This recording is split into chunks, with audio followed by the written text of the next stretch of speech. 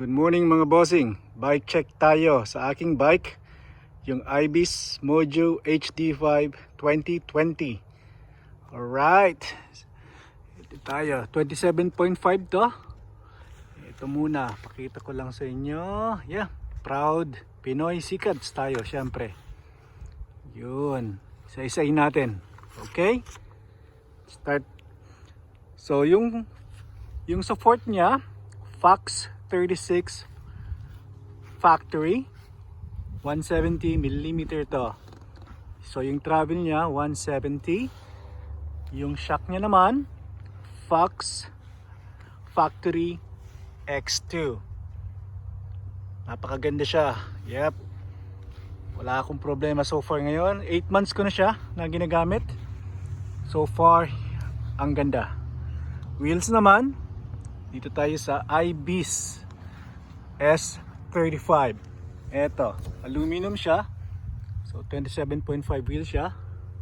Tapos yung hub niya, Ibis hubs. Okay. And sa gulong naman, tires, I'm running Maxxis Assegai EXO Plus 27.5 times 2.5. Okay, sa front yan. Eto. Yung sa likod, rear, linagyan ko ng cushcore. Yes. So I'm running cushcore sa likod. So far 8 months, wala pa akong flat. Yeah, tingnan niyo yung okay. Yep, so far 8 months gamit ko to. So far medyo okay pa. Pwede pa. Then next, yung brakes naman. Brakes, Shimano Dior M6100. So 4 piston siya. There you go. Yep, malakas siya, wala akong problema dito. So far, you know, okay siya.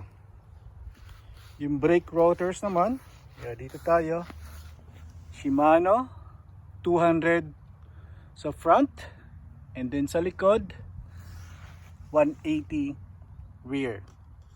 Okay, crankset naman, SRAM Descendant alloy.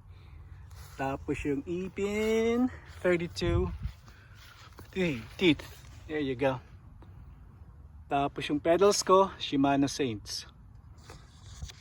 Okay, rear derailleur naman, SRAM GX Eagle. Tapos yung shifter, SRAM GX Eagle din. Cassette, SRAM 1050 12 speed. Yung chain niya, SRAM GX Eagle. Headset, Cane Creek.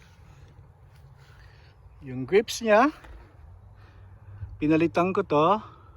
Ibis brand yung nakalagay dito. So pinalitan ko siya ng Ergon GA2. Ano pa ba? Handlebar. Okay, handlebar ko, I'm running Ibis brand. Carbon siya, 800mm. Okay, what else? Seat post. Yeah, huwag natin kalimutan yung seat post. Bike yoke. There you go. 165. Sorry, 185mm. Ako pala, I'm 5'8". So, I think mas gusto ko yung mas mahaba yung seat post para magagamit ko siya. Mabababa ko siya yung seat post lalo na pag downhill. So far yung 185, maganda siya, gusto ko siya.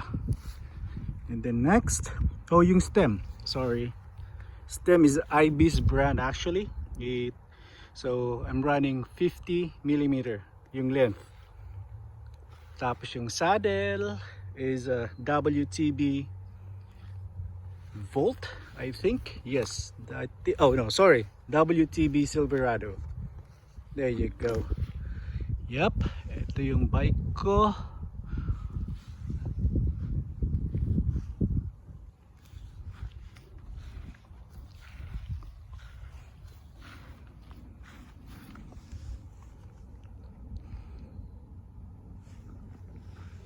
Sa mga hindi pa pala nakaka-subscribe, please like and share. Pwede rin mag-subscribe, madagdagan. At least, madagdagan man lang konti yung, subscribers ko. And sa mga nanonood, salamat po. Thank you for watching. Again, bike check. My Ibis HD5 27.5 carbon.